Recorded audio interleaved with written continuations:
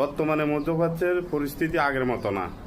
পরিস্থিতি কিন্তু আগের মতো যে একটা সুবিধাজনক অবস্থানে ছিল, মধ্যপ্রাচ্যের পরিস্থিতি আগের মতো না। বর্তমান পরিস্থিতিতে কিন্তু এই দেশের লোকেরা কিন্তু আপনার এই যে হেরা কিন্তু নিজের সেলফ ডিফেন্সে কিন্তু হেরা কিন্তু যা করার করে। বাহরাইনে গতকাল সাইরেন দিছে, আগামীকাল বুধবারেও কিন্তু 7টা থেকে 10টা পর্যন্ত এই যে আপনার দেখেন 7টা থেকে এই যে ইয়াটা দেখবেন, বুঝছেন, দেখবেন এখানে 7টা থেকে 10টা পর্যন্ত তারা কিন্তু দিবে, একটা নিজের সুরক্ষার জন্য একটা জিনিস করবে। আর এই যে দেখতেছেন এটা জুফেয়ার, এটা বাহরাইনের একটা বড় শহরের মধ্যে একটা, এটা জুফেয়ার এলাকা। এখানে কিন্তু আমগো সাসাগো কিন্তু ঘাঁটি আছে, নৌবাহিনীর ঘাঁটি আছে, এবং সাসাগো 3700 সৈন্য কিন্তু এখানে আছে।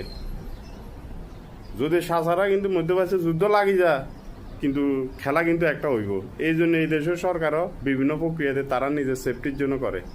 এই দেখেন এটা একদম লাস্টে বিল্ডিং এগুলোর পরে কিন্তু সাসাগো ঘাঁটি, আর এখানে কিন্তু সাসাগো জনসংখ্যা কিন্তু এখানে থাকে। এখানে কিন্তু সাসাগো অবস্থান। বাহরাইন একটা ছোট একটা দেশ, এখানে বেশি কিছু দরকার নাই, চোখের পাইলাতের লগে একটু করবে এই দেশ কিন্তু পুটুস, ঠিক আছে। তারপরে তাদের সেফটির জন্য তারা যা করার করেন।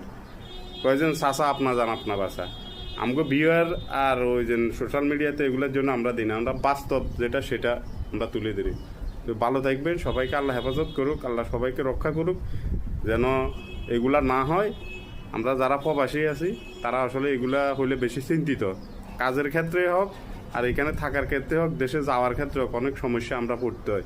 এই দেশে যারা আছে তাদের অসুবিধা নাই, তারা এই দেশে থাকবে, কিন্তু আমরা আমাদের পরিবার কিন্তু বাংলাদেশের জন্য আমরা বেশি চিন্তিত থাকি এগুলা যখন দেখি। আপনারা এগুলা নিয়ে আপনার মস্করা করবেন না, বুঝছেন নি। আমরা শুধু ভিউয়ারের জন্য, লাইক কমেন্টের জন্য না, বাস্তব চিত্র যেটা সেটা। তো আমার কথা কারো যদি মনে কষ্ট থাকে, মনে কষ্ট নিয়েন না। তো সবাই ভালো থাকুক, সবাইকে আল্লাহ হেফাজত করুক। আল্লাহ সুবহানাহু ওয়া তাআলা সহি কুল্লি হাল, আল্লাহ সহি কুল্লি হাল, আল্লাহ কারিম। আল্লাহ হাফিজ।